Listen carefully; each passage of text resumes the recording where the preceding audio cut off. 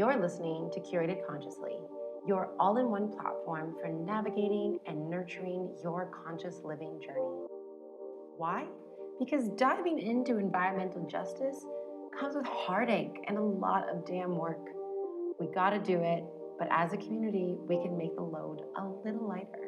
Every week, we're bringing you stories, insight, and wisdom from a diverse community of leaders, activists, and influencers, helping you live a more holistic lifestyle that connects your health, wellness, and love from Mama Earth. This podcast is sponsored by Cause Artists, the world's #1 platform for social impact and innovation stories around the world. If you're looking to get inspired, hit us up at causeartist.com. And of course, I'm your host, Jazzmine Raine, Curator-in-Chief at Curated Consciously and social entrepreneur. You can connect with me and our community on Instagram at Curated Consciously. Now, roll your shoulders back, get comfy, put the coffee on. It is time to deep dive into some thought-evoking conversation, Curated Consciously. Kelsey, it's been a while. You haven't been on the show for a few weeks. What's been happening? Oh my goodness. Thanks for having me back, first and foremost. Yeah, it's been a time. It is getting very, very dark here as we go into the deep of winter of Alberta. But I feel like you and I can really relate in some sense, maybe not so much as light, but you're up in the mountains now, and we have a lot more similar weather these days. Yeah, I think my phone, when I woke up late to your message, I think it said it was -4, and I was like, really? But I really don't.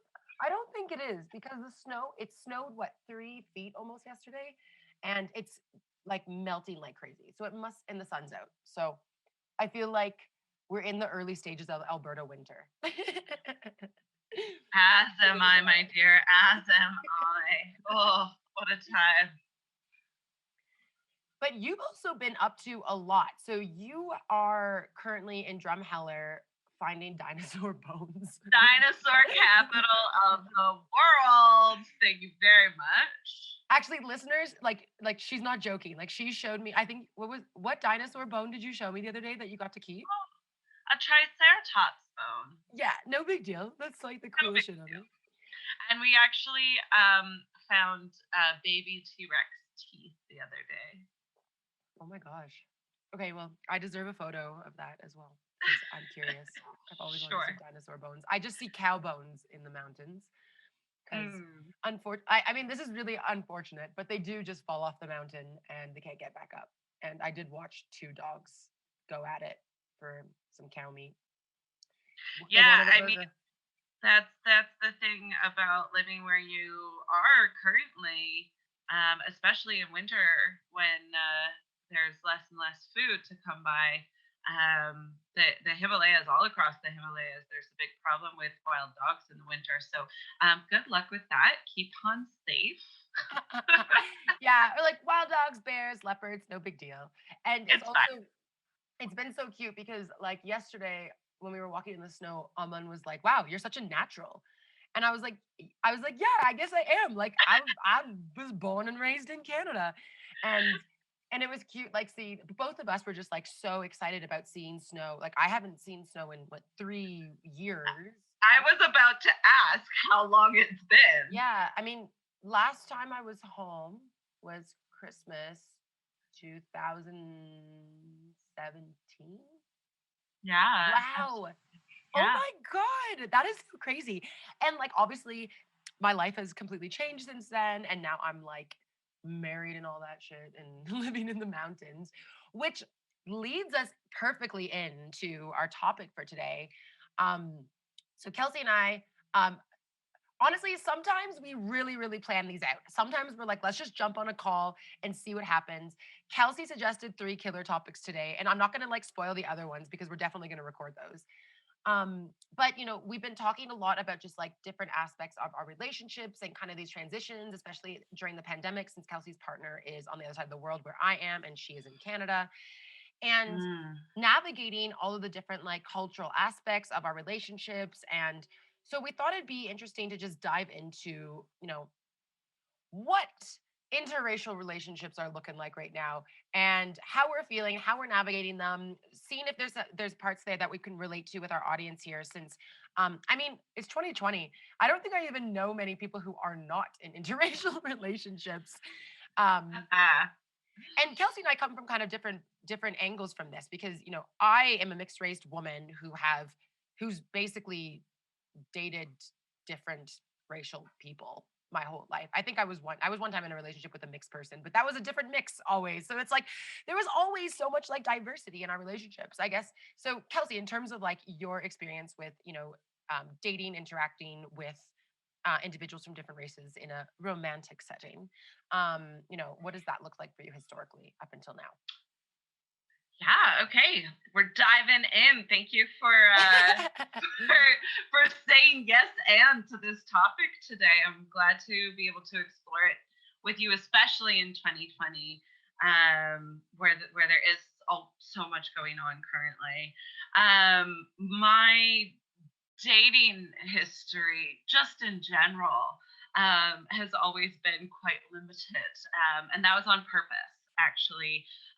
Throughout my teenage years and all of my 20s, I was really intentional about being single. I had watched a lot of my friends and family members get married really young and commit to marriage really young.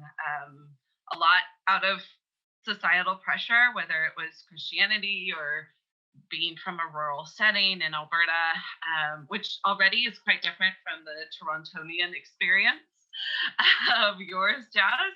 And so I'd kind of observed these different relationships sort of fall apart in their early 20s, and I just had decided that I wasn't going to do that. I was going to focus on myself first, and it got to this point where I was really kind of rigid about being single. Like, I was this single, independent, self-sufficient person. And I'm still quite proud of that. And that's been a different thing that I've had to navigate in my relationship now. And really my relationship with my current partner is, I would probably say, like, my first significant relationship, actually, if I was being honest. Which I should be in these chats with you. Yeah, please don't lie. I don't want you to lie. We're not lying to the listeners here today, dear listeners. And like, that relationship specifically for me was something that I hadn't expected, but because of kind of 2 years leading up to that, I was really ready for. And I had moved to India in the spring of 2017. I think our listeners have heard that already. But kind of actually before I left, now we're getting real honest. Before I left Canada, I had said to myself that I wanted to lose my virginity. And I wanted to go into the season of working in India with having this freedom of not having to think about sex, and not having to think about like holding my virginity as it was time. It was time. It was the right time for me, and it was time for me to kind of, what I might say, get it out of the way so that I could make room for the work that I wanted to do on our OG programs in India in the summer of 2017. So I actually lost my virginity to a lovely a lovely Lebanese man who we flirted over him serving me poutine a couple of times, and some ice cream. He has like this little family shop, and yeah, we just got flirting about it, and it was a great St. Patrick's Day night, which ended in me kind of being free, and it was a very empowering experience. Um, and it was a very liberating experience, and mostly because I felt like I was in control of all of that, and I felt safe the entire time. Um, but it actually meant that when I went into my work in India, I didn't have this drive of sexual tension in my own body. I was able to work with our hostel vendors and our tour organizers and our partners, without uh, kind of that underlying current of, am I attracted to you or not? Yeah, so maybe I'll just leave it there. We'll jump back onto that story of how, from there I took about a bit of time to be by myself again, in the initial years of working in India itself. Mm. Thank you for sharing that, Kels. That's really like, I love that you get so vulnerable on these as well, because I love making the safe space for this. And I also really enjoyed that story because I remember you telling me that story on a bus from the Goa airport to Goa Sunsplash in January 2019, Oh um, yes. which was amazing.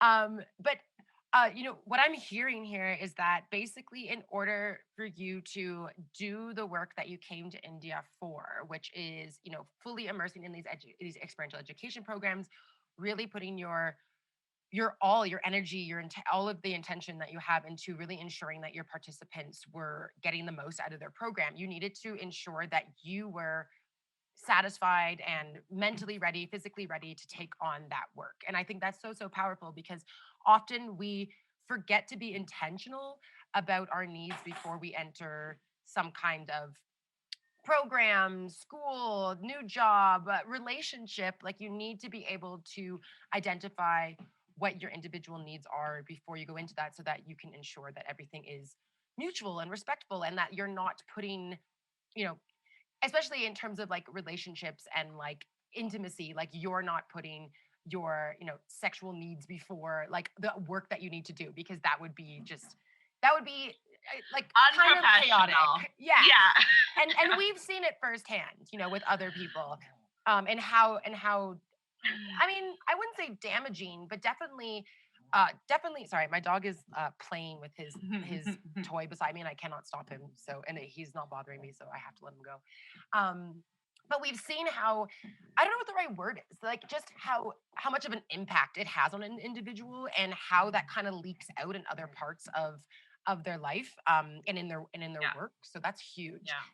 And Well, sorry, go ahead. and part of that too, is for those who don't know, I had also been in India in 2010, the first time I was in India, and um, like you say, I had watched that dynamic play through in um, people not taking care of those needs before they come into a vulnerable space, and then the kind of detriment left behind when um, someone falls in love with a foreigner, and then that foreigner had their 2-week vacation and is now back in Canada or Australia.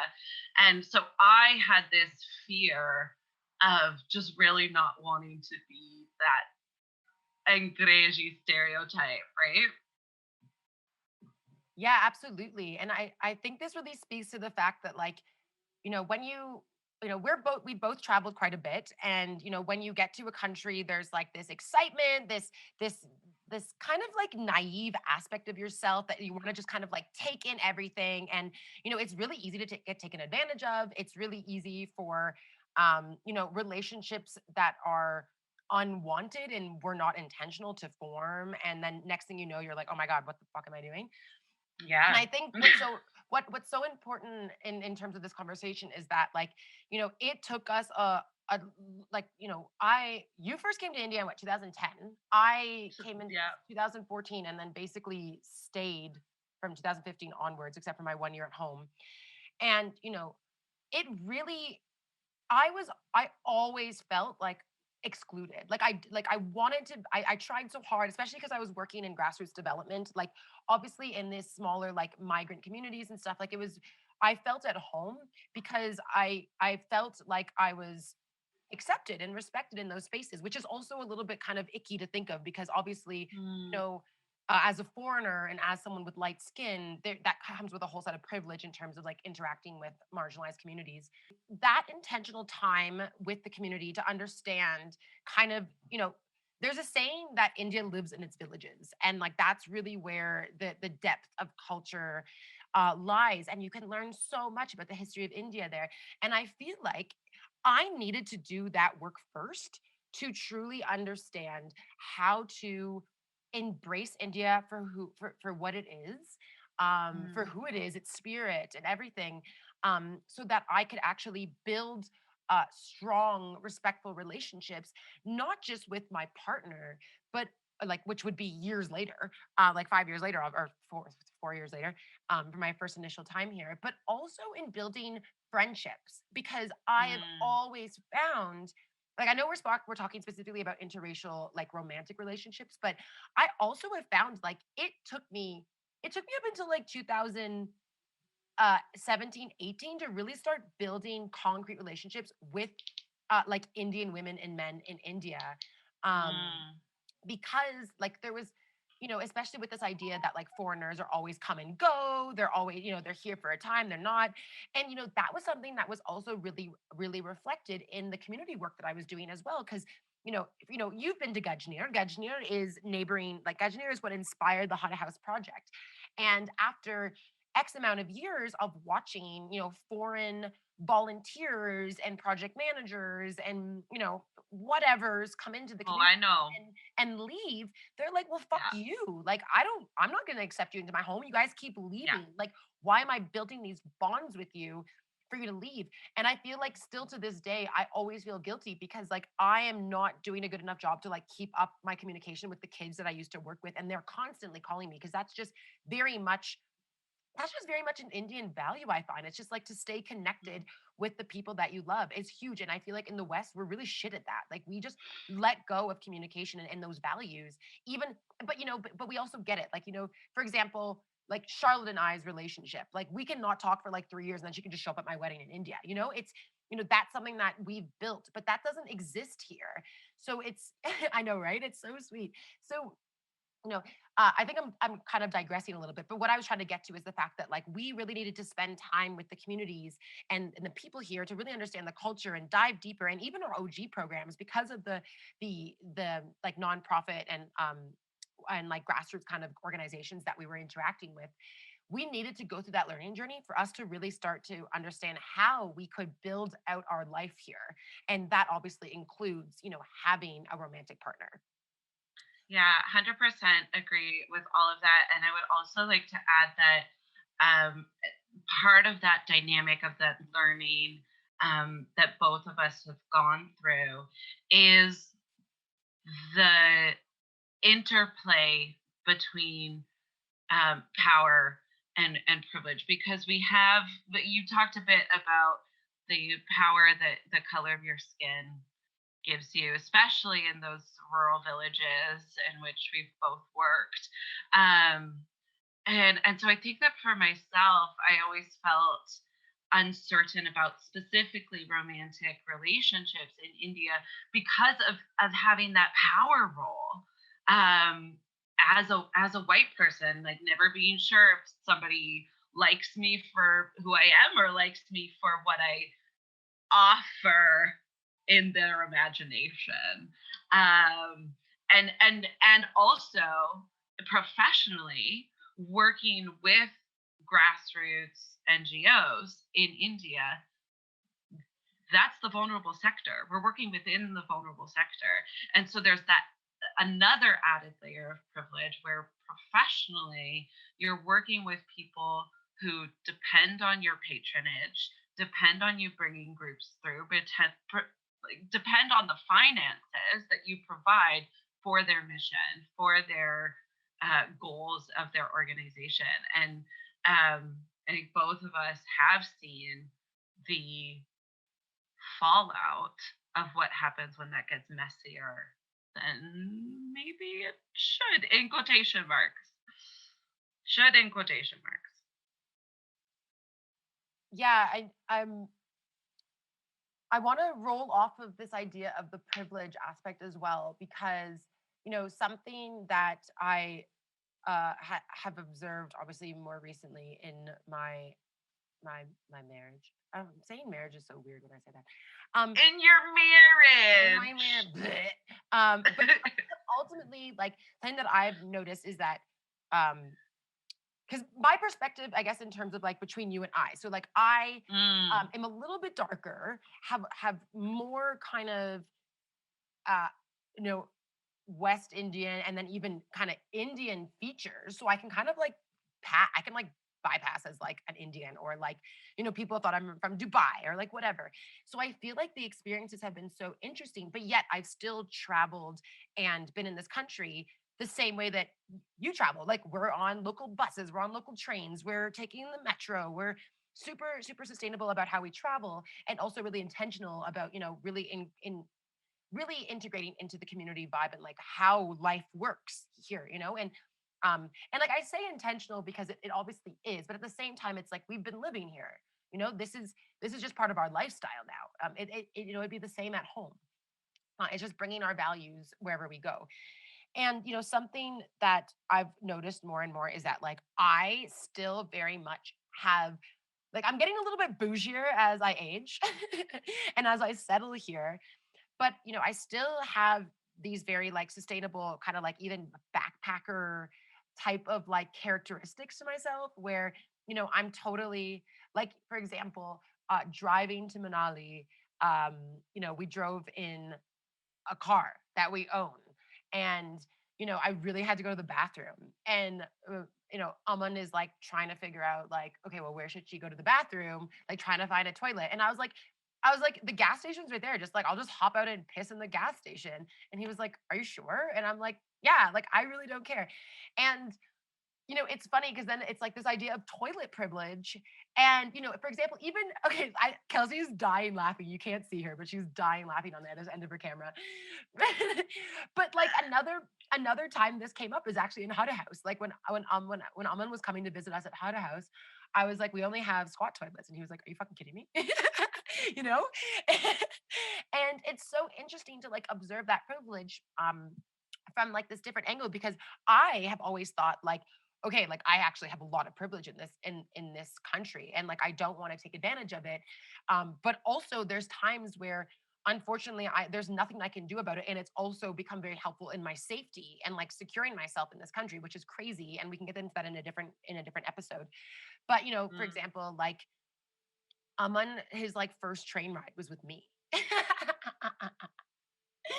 So and Well, and just sorry to interject here, but the audience needs to know that the flip side of that, when we are traveling on trains or buses, specifically when we're traveling on buses for that long of a journey, like Jazz and I have stopped a bus before because of like not wanting to pee our pants, and like have crawled over like uncles sleeping in the aisle and be like, I don't care if it's the side of the road, I'm gonna go pee.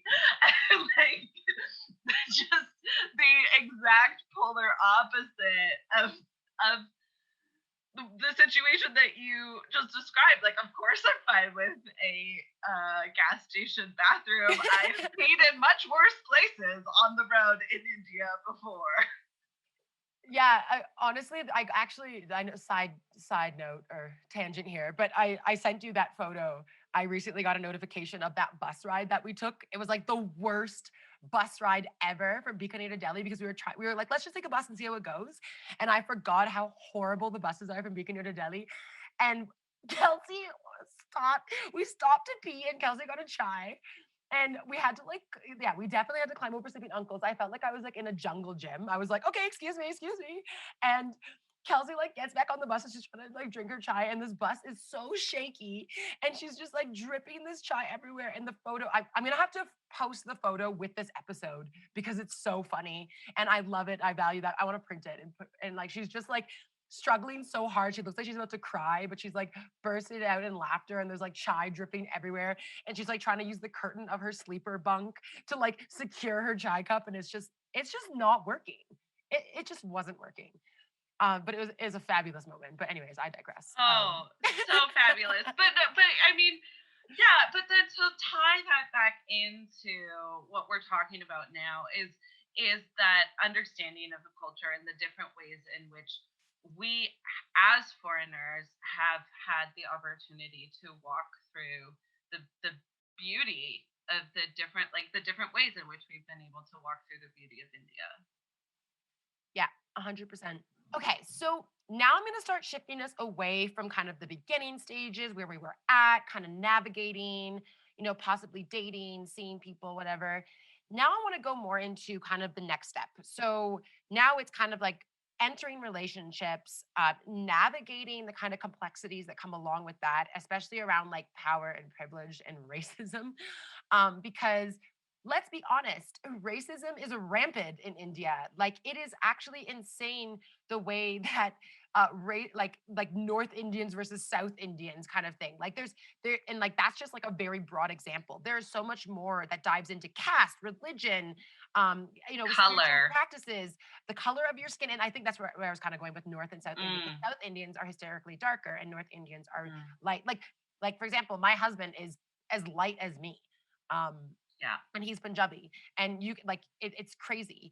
And one of the things that I was really struggling with, and like I really talked to my mom a lot about, and even Kels before going into marriage, was this idea of like, what if I'm not accepted? I come from the West. The West also has like kind of shitty stereotypes around it in terms of like what white girls represent and like Hollywood. And you have to think that with so much of India's population being in middle class and below,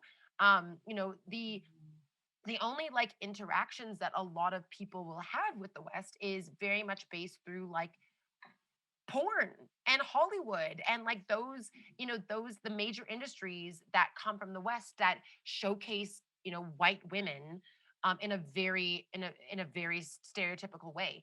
And I'm if for those who know me, I'm pretty silly. I'm pretty like all over the place. I got a lot of Who, energy. you?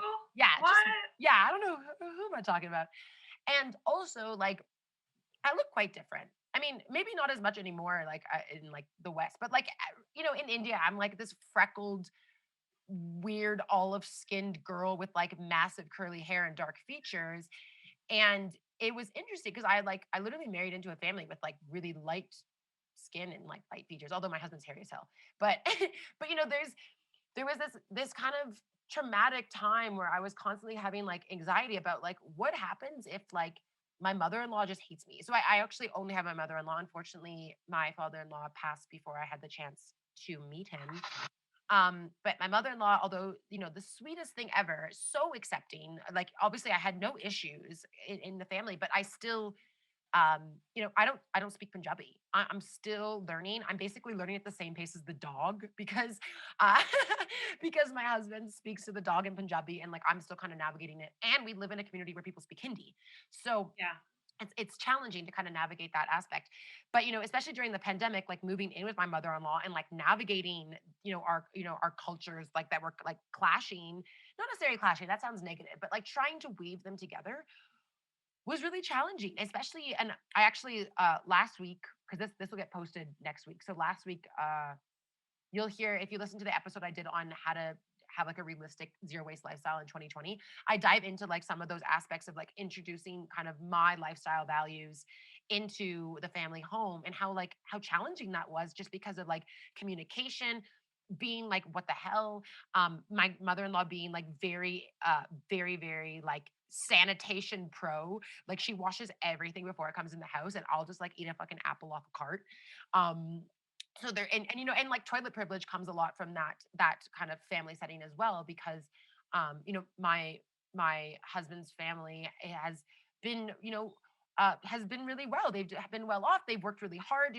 My mother-in-law and father-in-law like moved from. Actually, my mother-in-law basically told my father-in-law to like, let's go to Chandigarh for a honeymoon to escape the village, and she like basically brought a stovetop and was like, "Fuck you, we're not leaving," and like we're building our family here and like building a home, and that is insane. Like they went through they their families have seen the impacts of like full on for partition and the riots, and it's insane to try and like connect on that, and like also this aspect of like coming from Black culture and being like, Mm. hey, like there's a lot of similarities here, but unfortunately I can't communicate with you on them, and I would love to dive deeper into that.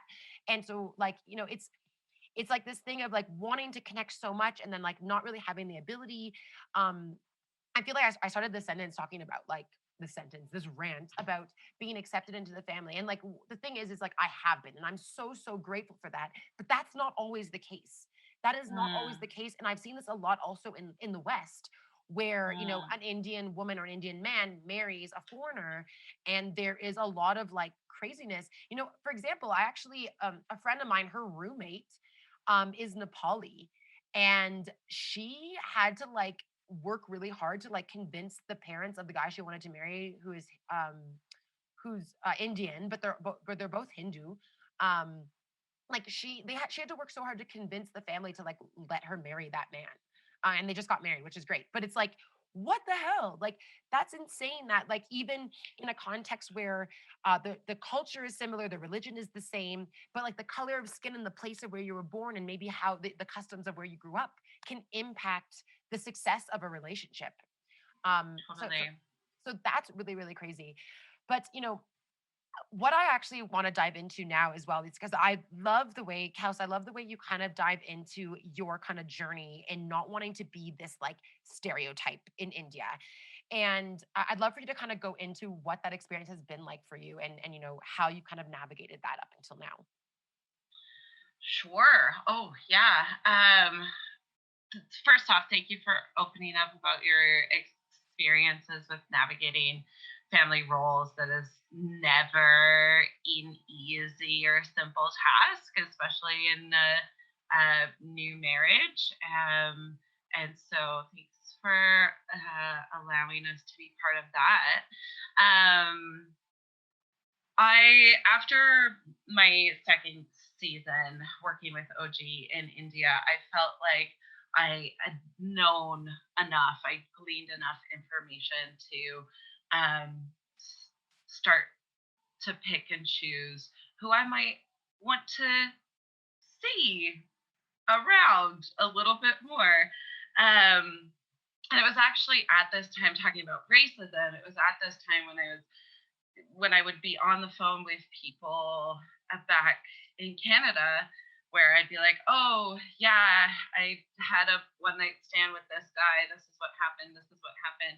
Where I would start to get questions that I would consider to be insensitive from people in Canada, like um, about this person's like even if who I'd stayed with that night had sent a sentence to me or something, then I'd relay that to someone back in Canada, and they would assume that it was um, abusive or harsh or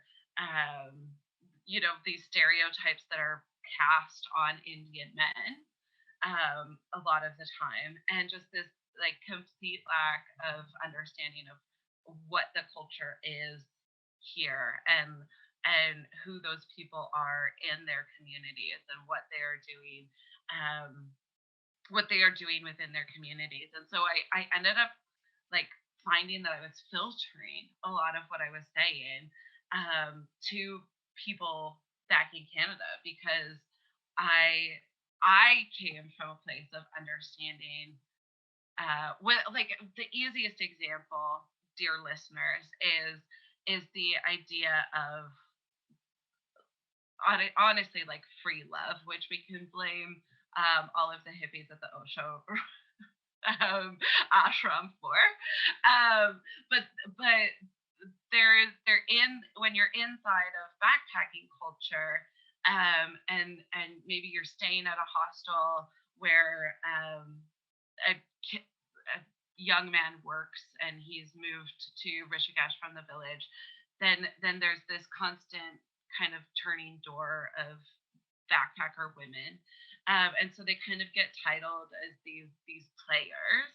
Um, and that's kind of like this normal thing, and so that's understanding when I was going into that being like, oh, well, I know what the culture is between these guys at this hostel, and I know what the culture is between these guys at this hostel, and my like intimate understanding of the workings of that, and having known these gentlemen for multiple years and being able to navigate that with a lot of insight and intentionality. But then I go and I'm like, oh yeah, well, that like they're sleeping with this person also.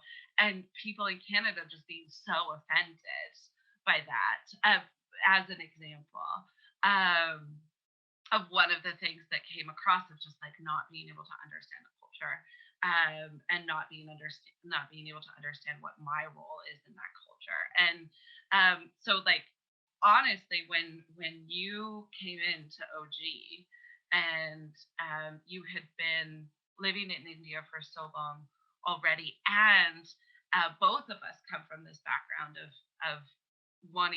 working within rural settings and really wanting to respect the position that we have in that. It was like a light bulb moment of, oh, I could talk to this person about weird cultural dynamics and like things that were said out of sight and out of mind. And this person will be able to approach that thing with the same understanding of the culture that I am. And then also that we're both Canadian as well. And so it was this very slow kind of process of like being very intentional of who I decided to partner with. And it was actually like I'd gone through a bit of a self-destructive phase, if you remember, Jazzmine, in over the Christmas of 2018 and 2019. And I had a one night stand, and I decided it was during that Go a Sun Slash weekend, that same weekend.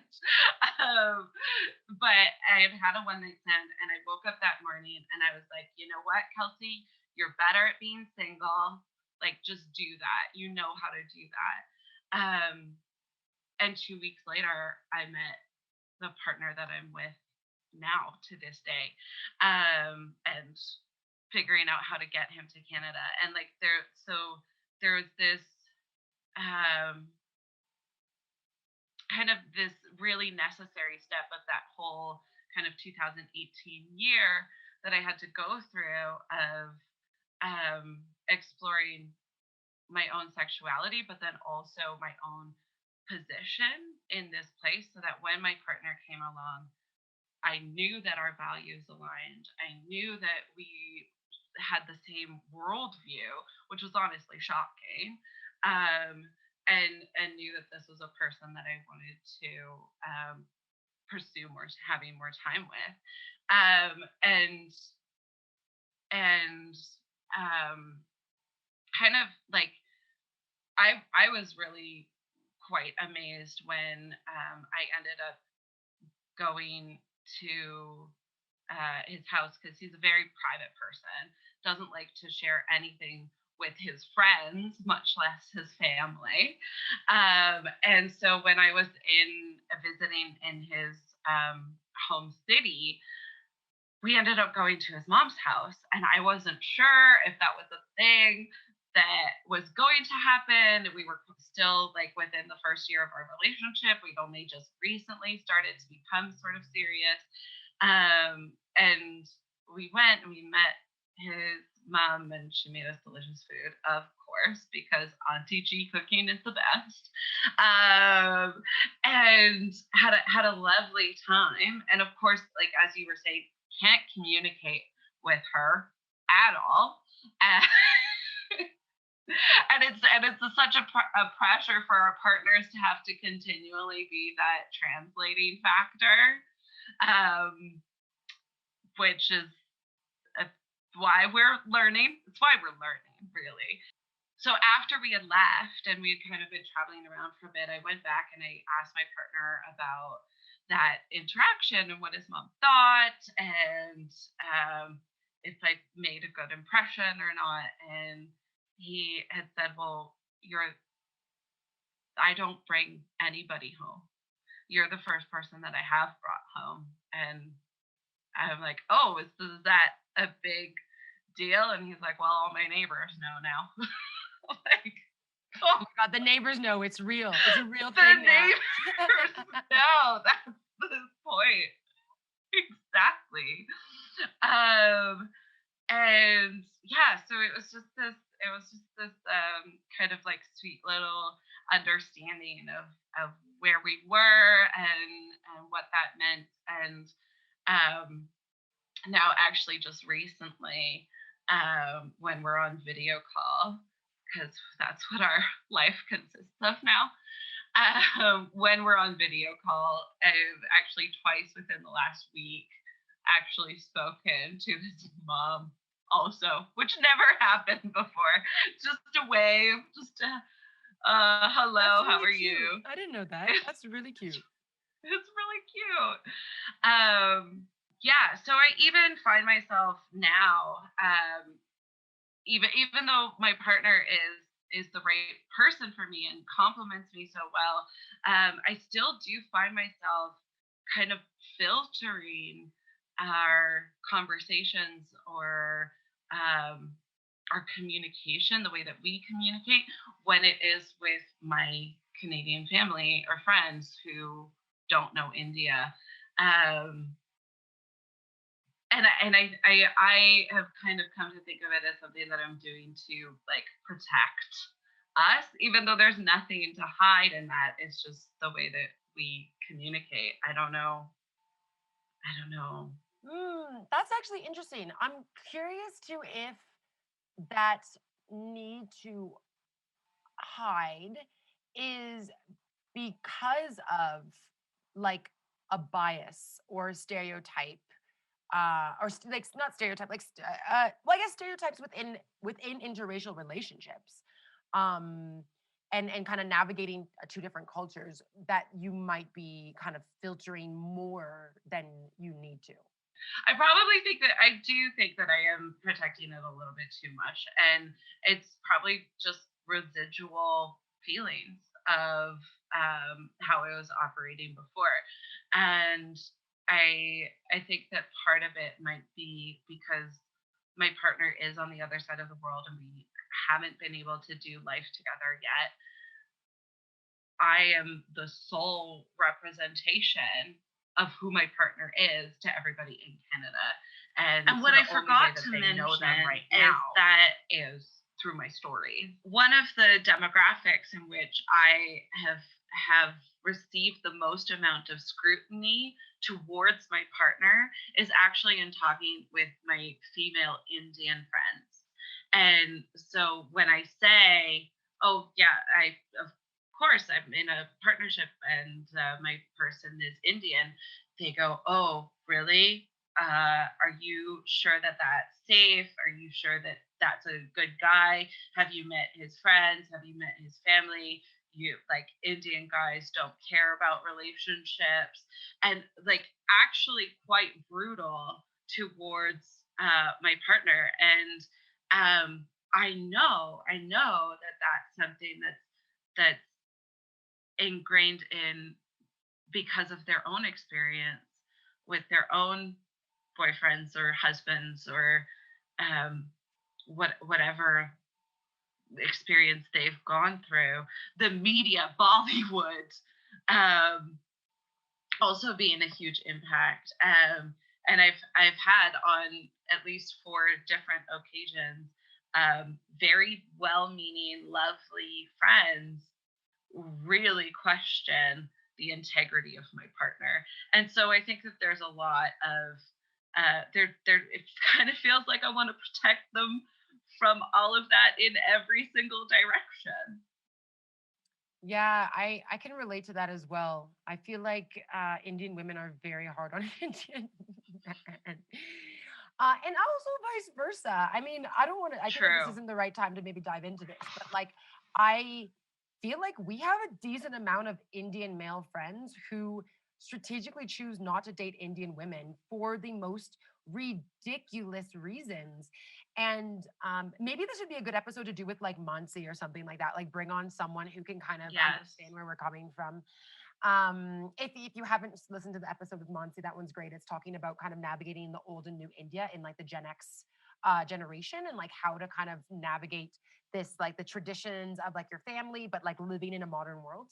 Um, but Absolutely. I would agree with doing a part two, because one of the things that you and I have talked about in depth before is that feeling too of living in India, wanting to be an ally and a support to Indian women, and feeling like it's really hard to do that while dating an Indian men. You're like, well, I'm dating part of the population. I have this freedom to date this man in a way that you don't have a freedom to date this man or any other Indian men. And so, yeah, I would be all for a part two of this with Muncie for sure. done. Something else that you were referring to that I really resonate with. Obviously, only X amount of people from Canada were able to come to the wedding, and you know, whatever that it feels like a responsibility. Like it's our Mm, responsibility to showcase our partner in a specific light because, like most people, and in your case, nobody has met them, and you want to ensure that you're nurturing this kind of like transition from not knowing who your partner is, but making sure that people understand who they are and kind of their core values and what they represent.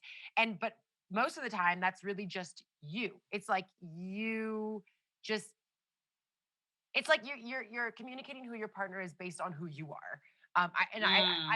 I can really relate to that because I actually feel like sometimes people are like, "How's Aman?" for example, and I'm just like, uh, and I like the first thing I do is like, I'm like, Aman's great, but like, what do you want to know? So like, it's like going back to that conversation around like when people are like, oh, you just came back from India after 5 years, how was it? Great.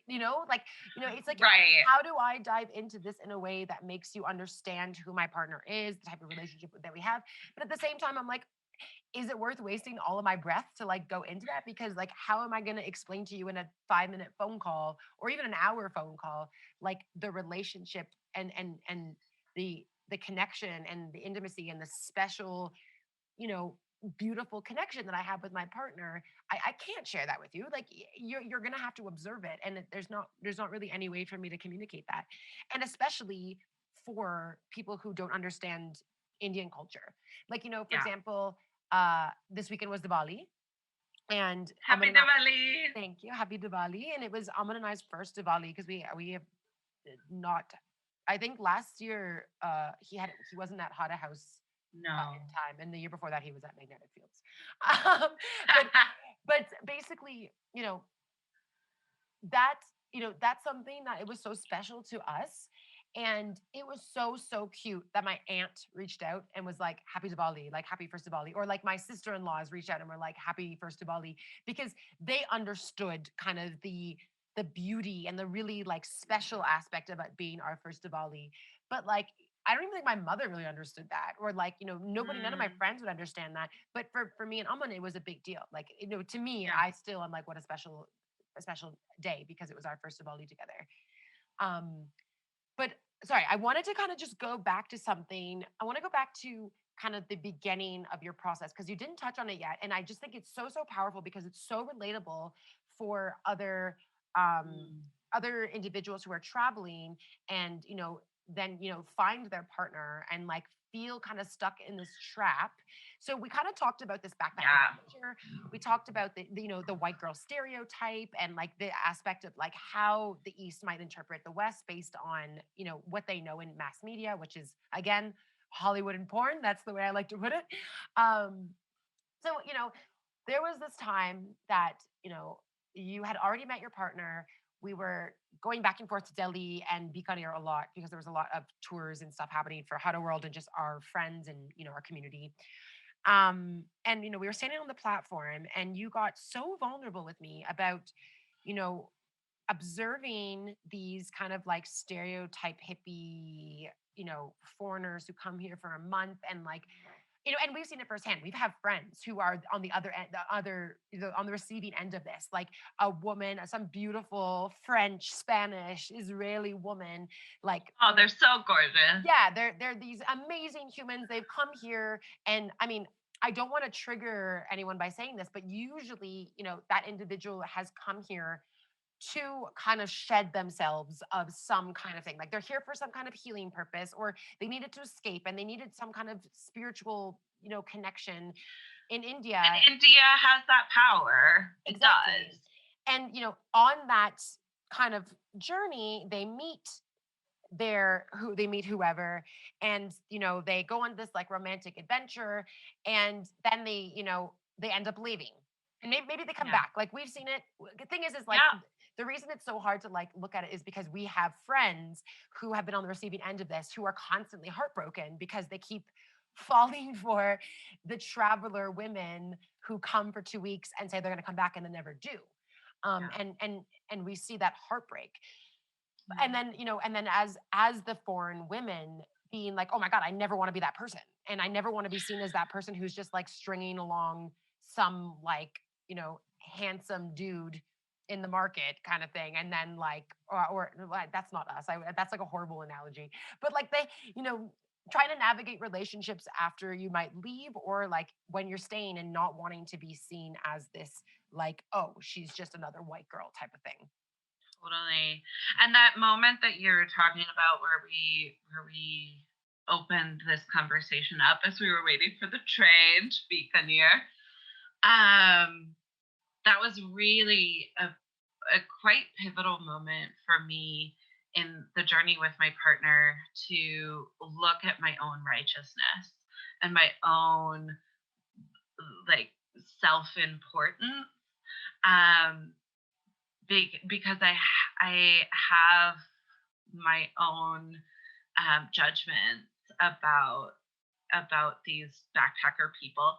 Both men and women do it, but yeah, looking, it was right after I had kind of observed this. I think just that morning of Indian guy taking around a foreign woman, um, and like being the guide and being that person, and I I saw myself in that foreigner, and and it terrified me, quite honestly, um, because of all of the previous work that had been done about not wanting to reinforce fetishes or reinforce stereotypes or break hearts or whatever that is, of not wanting to be that person, and then just this immense amount of fear of like, have now that I am in this community, like is there a difference when I'm walking down the street with my partner who is Indian, when we're together, nobody on the street knows that we're in a long-term committed relationship. So do I look exactly like these temporary foreign backpacker heartbreakers? Yeah, and I can relate to that as well in like, because Aman and I were both like in very different parts of India, and like having to travel back and forth, and like feeling like, oh, like am I seen as that woman? And it's actually really damaging because it's like we shouldn't be having to dive into that, honestly, because it's like it's our individual life, it's our relationship, and why do we feel like the need to have to compare to this stereotype that we're so fearful of? But at the same time, I feel like that is also deeply rooted in this idea of also wanting to be accepted because we live Hmm. here and we've been here for so long, and not wanting to be seen as just another traveler, but wanting to be seen as like a respected member of society in this country that contributes to the good of its growth. And we're not just here to like get high in Manali and like, you know, that's it, and then go home. So Find ourselves, do our yoga teacher training, and go home. ha, ha, ha, I feel like I'm navigating that every day. Um, well, and the thing is like, uh, it's a journey. It's a journey because the thing is regardless, a partnership is you're constantly evolving, constantly growing, constantly diving into the shit.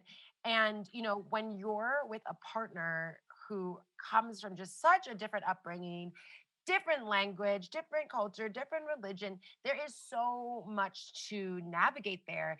And like, I'll be honest, like me and Aman, like our communication is sometimes so shit because, and one of the reasons being, well, first of all, I'm like super high anxiety and crazy, so that's a whole other story. But on top of that is, Aman is trans. So Aman is in a marriage that's primary language is his second language. Hmm. So he is constantly translating from Punjabi to English. And we've noticed kind of more recently. So, like, obviously, since lockdown, because we've been navigating so much and we like basically went into lockdown after marriage.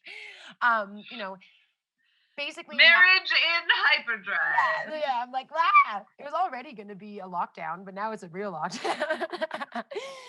But, translating from Punjabi, which I have now understood to be more of like a very direct, forward, often kind of aggressive, very like flex ego based language. And also, and because it's so forward, sometimes things just come across and you're just like, whoa, that's so rude. But in Punjabi, it would have just been like, whatever. Um, like, for example, this is a really silly example, but I can't think of another thing at the moment. Like, we were joking with my mother-in-law once, and we were like, yeah, we'll have kids in 10 years. And she was like, I think I'm saying this correctly, like, doob mer, which means like drown and die, is what she said. And it was like, it wasn't said with like a giggle or anything. She was just like drown and die and like walked away. And I think that's like a perfect uh, example of how like Aman might be Kelsey's dying again. How Aman might like wanting to translate something to me um in just like a really direct forward way so that I understand it clearly, but it can come off as like aggressive. And it's not even it might not even be his tone, it's just the words that he's using, or maybe it is the tone because the Punjabi tone has a lot of emphasis in it. And like if he's trying to, and he's fluent in English, he's like more fluent than I am, and he has like a British accent a little bit. So it's like sometimes that comes across in a way where I'm like, whoa, like that is not cool. And that can turn into like this huge spiral just because like I didn't take the time to think about, okay, like I need to think about how this might have been communicated in Punjabi and then understand where he's trying to get to in English. Whereas he is already every day challenged by the fact that he needs to translate everything before he communicates to me. And then on top of that has to think of tone, context, my sensitivity, how to be empathetic with how I'm feeling. And it's a lot. And it's a lot. And that's why it takes so much work on both sides, which is why, like, I feel like every day we're kind of exploring how to do that better, which is fantastic. And but it's also such a journey. And it can get frustrating because sometimes you just want something done a certain way or something said a certain way. Or like, how, when you're like, in those situations where you're like, oh my God, I'm just so sad. Or maybe you're like PMSing and you're just like, I just need someone to tell me I'm beautiful. And, you don't get that answer that you're looking for because it's like being translated differently, or it's just like not being understood of what you want. And you're also not communicating that clearly. It's massive. So yeah, that's kind of like my reflections there with communication. But and I think obviously body language is like one of the most needed kind of parts of communication to really understand where someone's coming from. That's huge as well. So sometimes it's actually become easier if and I are trying to communicate something, and our body language um, is directed towards the intention of what we're trying to say. It makes it a lot Mm. easier. But Yeah. but like if we're having like a debate, for example, like we get into debates about like sustainability and culture and everything, like all the time. We're like perfect we're perfect for each other in that sense. Well, we're perfect for each other in a lot of reasons, but I don't want to get gushy on this. But you know, Gross.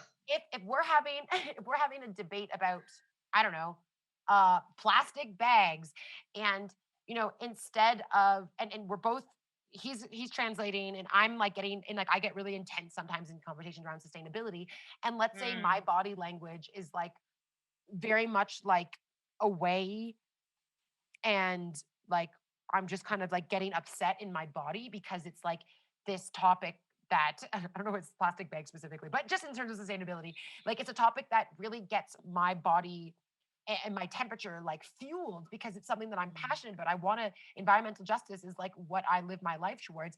And sometimes like we'll get into arguments. There are debates that turn into arguments because Mm. there's just simple things that we could be changing about our body language or our tone or the words that we're using to empathize with each other that would make that conversation easier. Um, Mm. and the thing is like in the moment, you end up just getting frustrated because everyone, like, no matter what partnership you're in, like, you're always going to get frustrated and there's always going to be miscommunication and arguments that lead to, whatever. But if you can reflect, take the intentional time afterwards to reflect on these things. And I feel like Alman can hear me have this conversation, so I'm sure he'll laugh at me after about like going into this deeper. But reflecting on this later, you realize like, oh my God, this is so silly because it's so Mm. obvious that these small little things, we both are aware of them. We both know that they're happening. But if we just took a little bit more time and we're more patient about navigating these conversations and realizing that these are the trends that we're seeing and how to kind of navigate those, it would make a huge impact on the way that we communicate. And that's something that we've been seeing more and more, like getting, that's been improving more and more as we are maturing in our relationship. That's so good and so impressive and such a necessary piece. And I wanted to, off of that, I wanted to highlight something that I saw just actually yesterday, I think it was, um, that was like an encouragement for people in interracial relationships. And it's like kind of the Instagram caption underneath the post was like, I'm not saying I'm not for interracial relationships, but if you're in an interracial relationship, I am for you being intentional, and you being intentional about knowing where the power lies, whether it's in skin tone or class or roles. Roles is a huge one for any relationship, gender or otherwise. Um, and and just the work that you've just described that you and your husband have had to do recently around communication and that understanding of the way that the other person's brain works in terms of language and communication really reminded me of that post, like I am for intentional interracial relationships. Yeah, 100%. And I mean, I, you know, I know this is obviously the topic of the day, but just in terms of any relationship, there needs to be intention. There needs to be. Mm, But obviously, even more so in interracial relationships, because there is just so much more understanding and more learning that needs to be done so that you can get to a sense of understanding and then navigate how to support each other in kind of these dynamics. totally. And there are, just for listeners, like I also know people who, like, I know a couple of people who refuse to have even just friendships with white folk because it's too emotionally draining for them. Um, and so, just a reminder to anyone that, like, part of that intentionality is knowing where your own boundaries lie in that. And, like, for some of us, it might be choosing to be in a romantic relationship and a lifelong partnership. And for others of us, it might be, you know what? White folk are way too much work. I'm not going to talk to them unless I have to for professional reasons, right? So just that like intentionality also goes back to taking care of yourself and your self-care needs, and in that, when we're talking about that within any like interracial relationship, but especially like romantic interracial relationships, that part of that is that need for reflection, in knowing what are my self-care needs, where do I need to ask my partner for help in this journey that we're doing together. 100%. Like it's, we all have an ego. We all want to be right. But, in order for us to build mutual, respectful, intentional, long term relationships, specifically in interracial relationships, it's work. It's work. Relationships are work. And you have to be willing to do the work. And yeah, sometimes it fucking sucks and it's hard and you're like, F this, I don't want to do any work. I just want to sleep and eat a cookie, like, but like, in order to move forward, it needs to be done. And I was like, Kels, we need to make sure these episodes are like 45 minutes. It's been like an hour and a half. We have stuff to cut out. There's stuff to cut out. That's true. But I like, just to kind of help us wrap up and respect each other's time, because I know it's getting late there. And I smell really bad because I haven't had water in a day. And like sitting here, I'm just like, I need to shower. I'm curious, is there anything that you want to like reflect on in terms of communication with your partner, and kind of leading into kind of goals or like, observations that you've made in terms of moving forward and nurturing, open, unbiased, unfiltered communication with your partner? Because I feel like once, and that's a journey, like that's a lifelong journey, but nurturing that with your partner also helps, I feel like, for both of us in terms of communicating who we are, who our partner is, and who we are as a partnership, to our communities that might not understand the cultural context, haven't met the individual, and are trying to kind of wrap their heads around like, what does your relationship look like? Yeah, what initially comes to mind, is just the reflection that whenever there has been a language miscommunication, once we've figured it out, it's such a like obvious light bulb moment. And like all of the misunderstanding and miscommunication and like how could you think that completely disappears, and we just like end up laughing and be like, oh, so we were saying the same thing the whole time, we just have different definitions of this really ambiguous English word. Great, fantastic. English is stupid. Cool. I'll work on my Hindi. And so just like remembering that, like most of the time where we start to disagree, it's because we don't have the same definition of the word that we're talking about. And so just keeping that more mindful and more present, and just like having grace, like going back to that idea of what stereotypes are you perpetuating or not perpetuating, and what kind of power do you have or not have. I think one of the biggest things for me in my relationship with my partner is that whether it's ego or righteousness, depends on what you want to call it based on your worldview, I guess.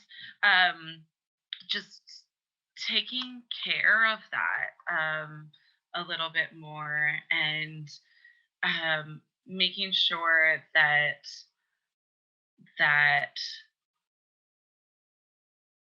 righteousness is kind of kept in check. And it's one of the things that my partner's really good at, you know. Um, and so when I'm feeling that tension or that anxiety or that uncertainty, and feeling like this especially comes when we're out in public together in India, um, just taking a moment to remember that people are not thinking about me in the same amount that I am thinking about me, right? Um, and just having a little bit more grace and compassion. Because in the end,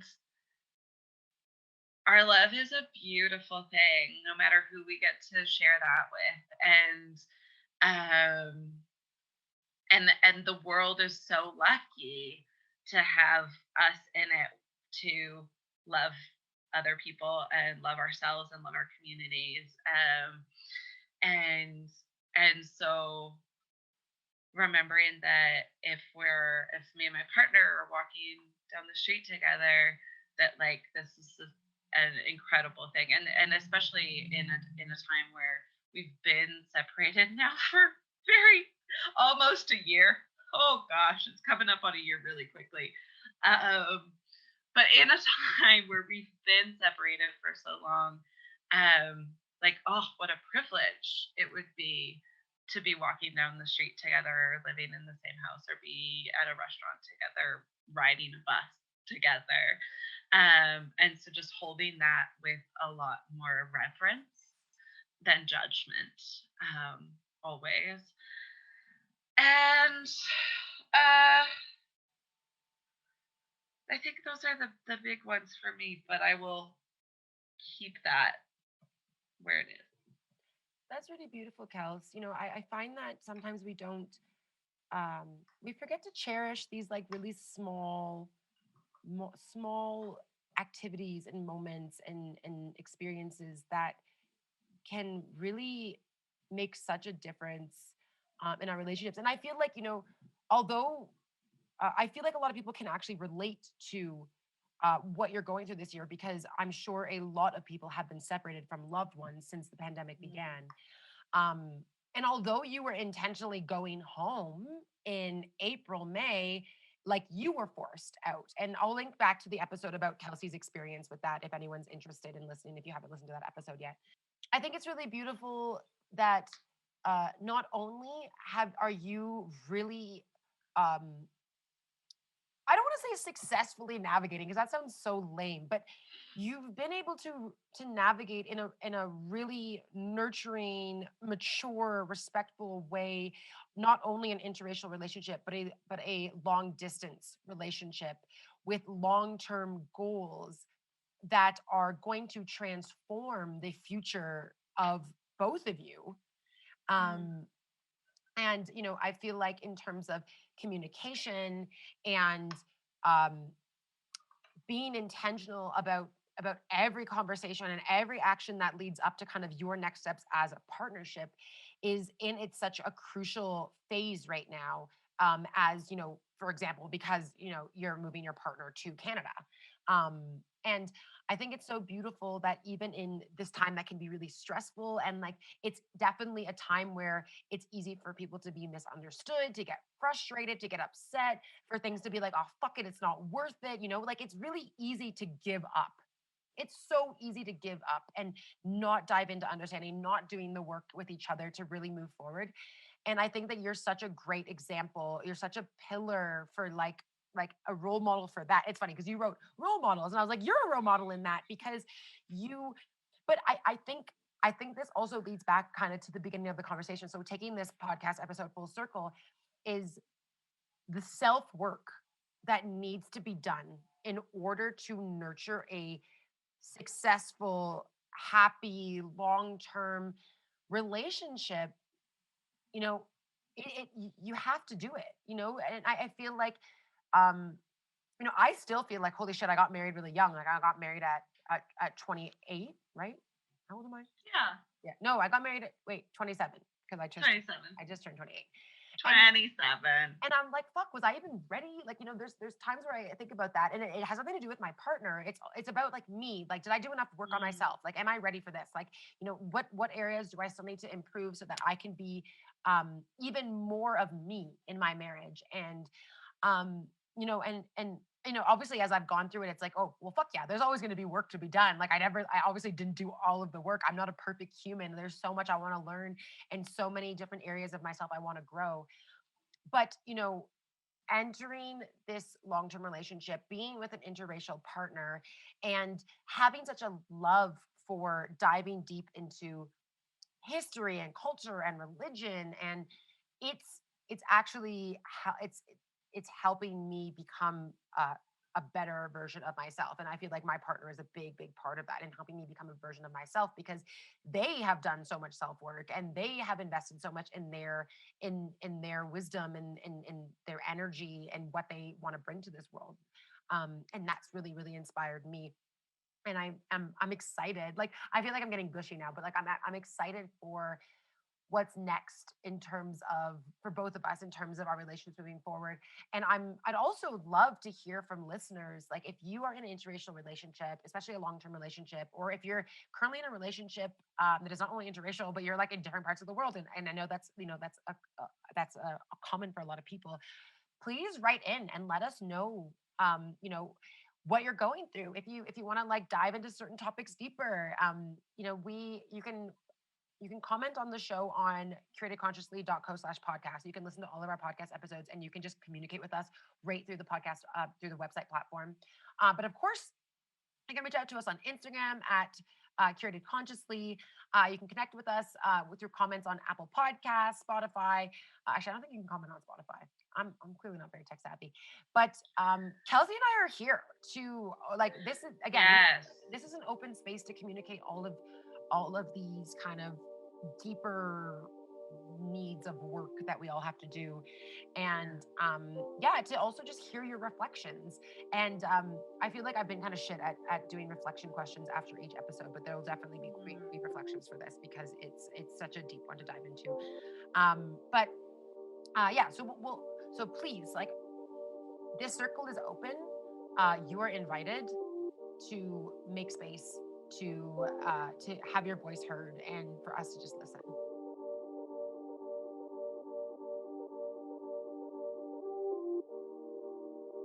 Inhale the goodness, exhale the bullshit. Thank you for listening, and thank you for doing the work. Be sure to jump over to curatedconsciously.co for more stories, tips, and inspiration for nurturing your conscious living journey.